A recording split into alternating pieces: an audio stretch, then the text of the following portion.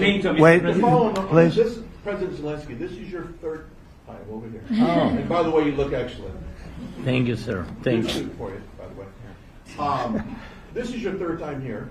How different sitting across from the president is this time versus the two previous times here at the White House, and how confident are you hearing the success rate of solving these prior wars that he can get this war solved? First of all, about suit. The same suit because the same president. It's very simple. The next president will have another suit. Yes. About our relations with President Trump, I think we have important dialogues.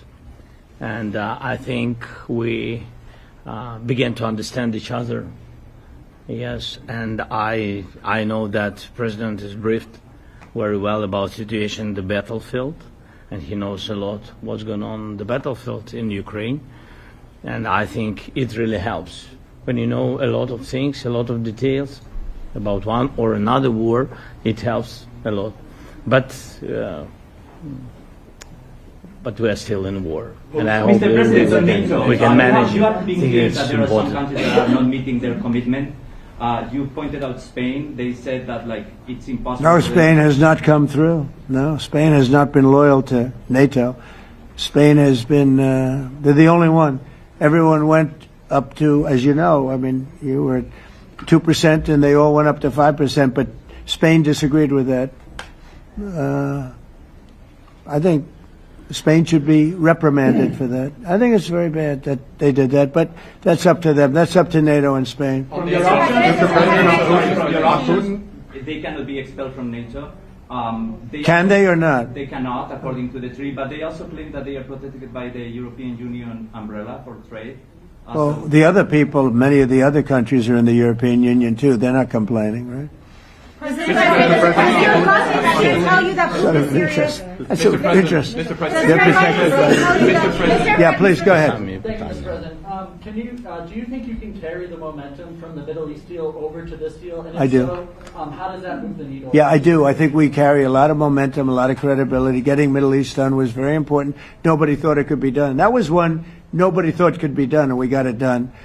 And a lot of that was the big hit that we put on Iran with respect to the nuclear. They took that was an unbelievable military maneuver, the B-2s, and many other planes involved, by the way, but the B-2s. Yeah, I think nobody expected that to happen, and we had 59 countries involved, and these were countries very diverse. You had Arab, Muslim, Jewish. You had every country, Christian. You had every country, and many countries involved, and we got that done. And we got it done pretty swiftly after we set the table properly. We had to set the table properly.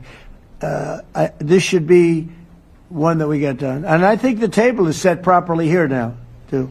And it'll be a great honor. It'll be a great honor to get it done. And the Ukrainian people are great, and the Russian people are great.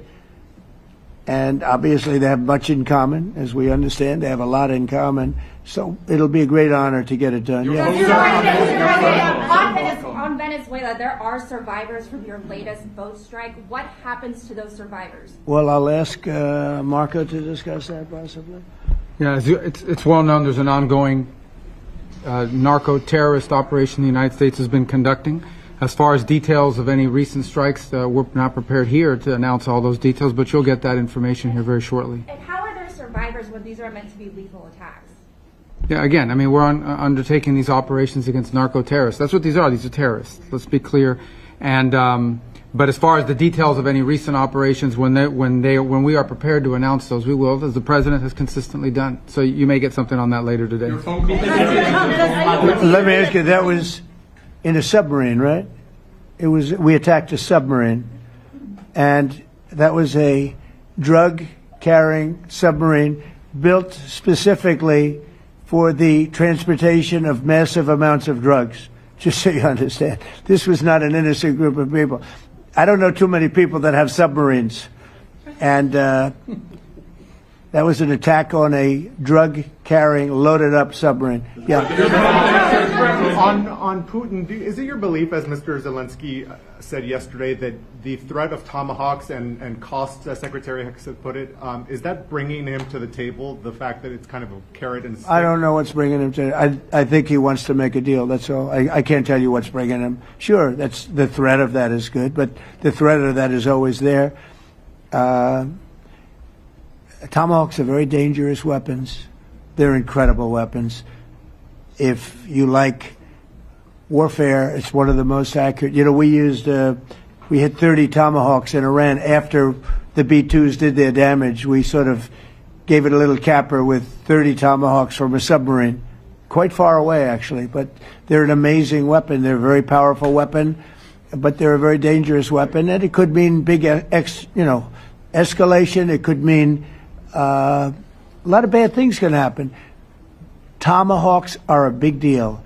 But one thing I have to say, we want tomahawks also. We don't want to be giving away things that we need to protect our country.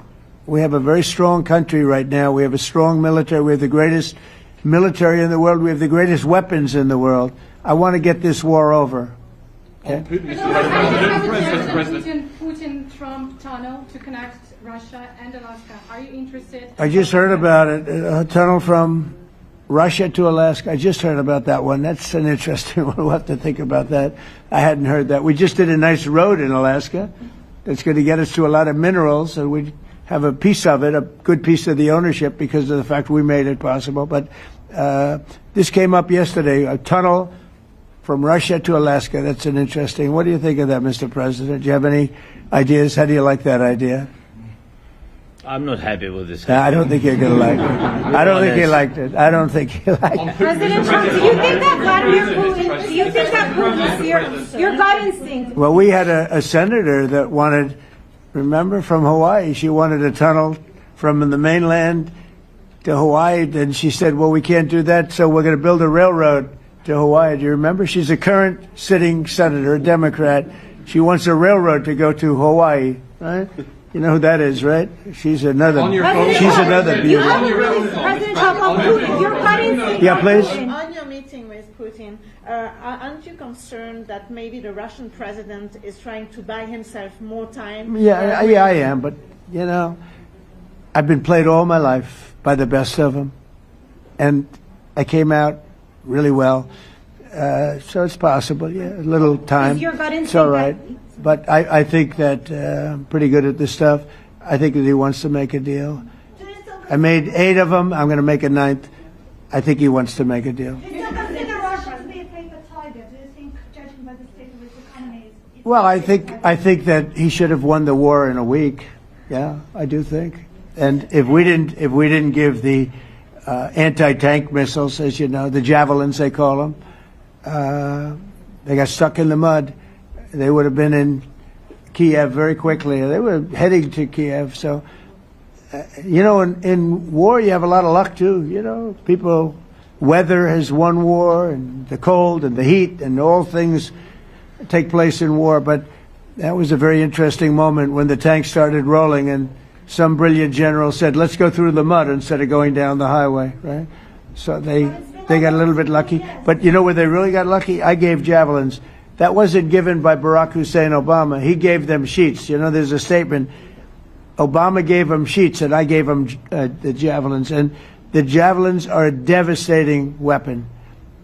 And that wasn't given by Obama. That was given by, because at the time it was Obama. That was given by me. So it was like one of those things. And you had hundreds of them. They're a devastating weapon. We have a lot of devastating weapons. I'd rather not use them. But that was a big moment. You know, when the tanks got stuck, they got stuck.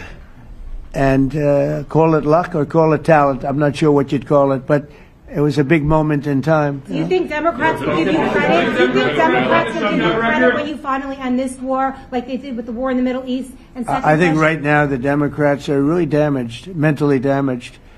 They want to take $1.5 trillion with a T, $1 trillion and give it to people that invaded our country. They came into our country illegally from prisons, from from mental institutions, gang members.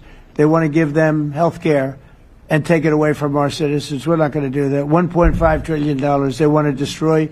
They want to destroy our health care system. We're not going to let that happen. Have you authorized CIA operations in Venezuela as part of Well, I wouldn't say that, but some interesting things are happening around the world, I'll say that. It's been reported, Mr. President, it has been reported that Maduro offered everything in his country, all the natural resources. He even recorded a message to you in English recently, offering mediation.